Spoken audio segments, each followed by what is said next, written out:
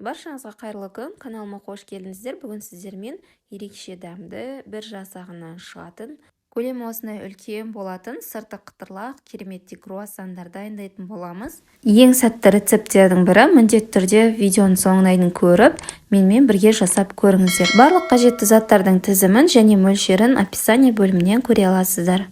Ең алдымен ыдысымызға жылы сүтімізді, үстінен жылы суымызды және де шекерімізді саламыз. Ең соңынан балғын немесе осындай құрғақ ашытқымызды салып, барлығын жақсылап араластырамыз. Жақсылап араластырып алғаннан кейін бетін жауып 15 минутқа көтерілгенше, реакцияға түскенше қойып қоямыз. 15 минут ішінде осылай дрожжіміз көтеріліп, көлемі біршама ұлғаюы керек. Сұйықтықтың сол кезде сіздің қамырыңыз керемет болып көтерілетін болады. Енді осы сұйықтығымыздың үстіне бір жұмыртқаның ақ уызын қосамыз, сары уызын бөлек алып қаламыз бетіне жаққанға. Және де тағы бір жұмыртқа қосамыз. Бөлек алып қалған жұмыртқамыздың сары уызын бетін жауып, әзірге басқа жерге қойып қоямыз, ал сұйықтығымызды жақсылап араластырып аламыз. Үстінен бір шай қасық тұзымызды қосып, шамалы араластырып, үстіне електен өткізілген ұнымызды қосамыз. Осылай арасында араластыра отырып, ұнымызды қосып, жұмсақтау қамыр елейміз.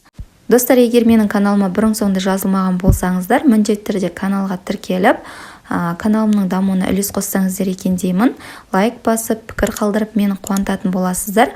Алдағы уақытта сіздер үшін қызықты рецепттермен бөлісетін боламын. Енді ұнымызды осылай столға сеуіп, үстіне қамырымызды түсіріп, қолдың көмегімен тағы да біраз елеп алатын боламыз. Ұнымызды біршама осылай тартып алғаннан кейін, қамырымыздың үстінен шамалы сұйық майымызды құйып, жақсылап қолмен илеп жіберетін боламыз.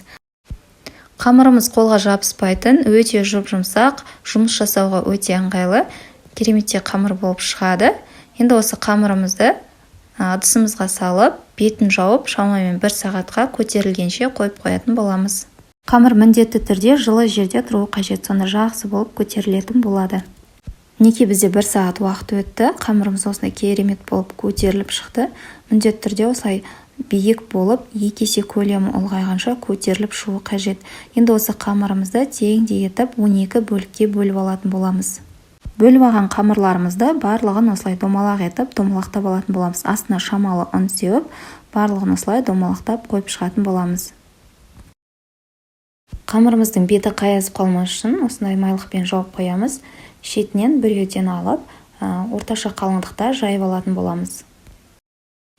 Қамырымызды жайып болғаннан кейін, үлкендеу тарелкеге немесе легенге үстіне осындай ұн сеуіп, қамырымызды орналастырып, үстінен ертілген сары май жағамыз. Әрбір қамырымызды осылай жайып, үстінен ертілген сары майымызды жағып шығатын боламыз. Барлық қамырымызды осылай жасап, бірін үстіне бірін қойып, жинақтап аламыз. Барлық қамырымызды осылай жайып алғаннан кейін, ең үстінен де сары майымызды жағып, үстінен пакетімізді жауып, 30 минутқа көтерілгенше қойып қоятын боламыз.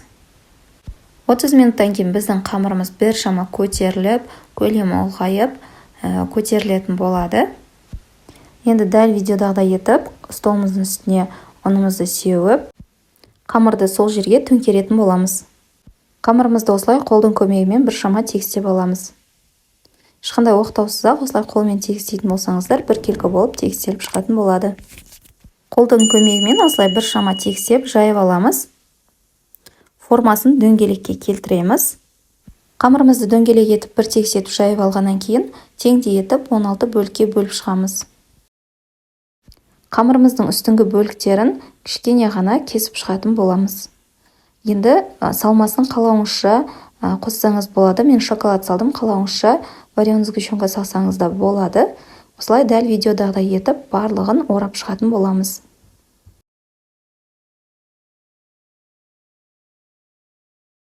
Сіздерге түсініктірек болсын деп, осылай жақыннан көрсеттім. Начинкасы ағып кетпейтіндей жақсылап орап алыңыздар.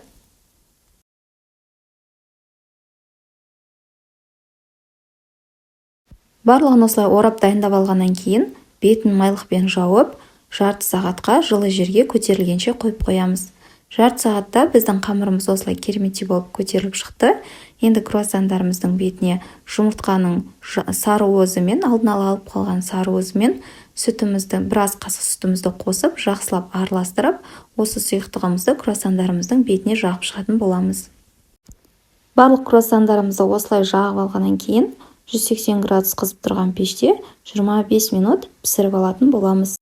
Мінекей біздің круассандарымыз осылай керемет болып пісіп шықты, қызарып, көлемі едәуір үлкен болып, кереметтей болып шықты. Екінші қалған круассандарымызды да барлығын осылай пісіріп алатын боламыз. Круассандар өте керемет болып шығады.